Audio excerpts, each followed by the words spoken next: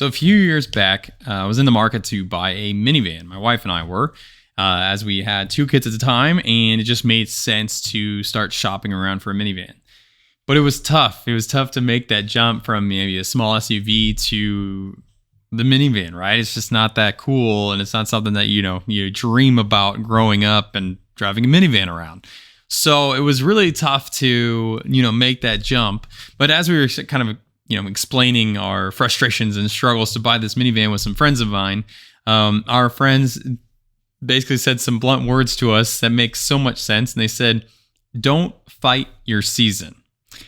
And it really just hit home for me. It was like, you're exactly right. There's a season of life where a minivan just makes the most sense. And I'm so glad we did. Love the minivan. It's pretty awesome. Not going to lie. If you've got kids younger than 10, it's pretty amazing. I'm not even sure if we'll get rid of it when our kids do grow up. But anyway, besides the point. And so what this made me think about, I was talking with another advisor of mine who's grown and scaled his business to where he is now the CEO and not even meeting with clients, just really, truly running a business.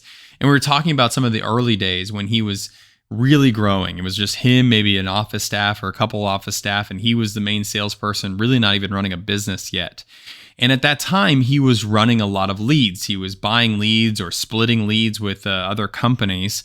And we were talking through that, how he doesn't do that anymore. And I was saying how a lot of advisors, it's tough, it's a tough to make that jump. And he was like, man, if I didn't have those leads back then, I wouldn't be able to eat. If I was still trying to do bigger marketing, like workshops and seminars and educational workshops and trying to do client events, it would be tough to eat because it's just, there's a lot of money involved. And so those leads, paying for leads at that point in his business, they kept things alive. And now he's grown from that, and it doesn't make sense to continue doing those types of leads. We talked through that and how he was like, you know what, I can't blame an advisor for still purchasing leads while they're still trying to scale and grow their business. And it was kind of a light bulb for me where it's like, sometimes you got to be able to not fight your season in your business. I know you might want to get up to the point where you're doing TV or radio or PR and YouTube and some bigger marketing.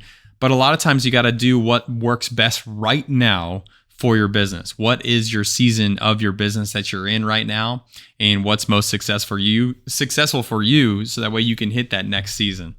Hopefully that's valuable for you. Have a great day.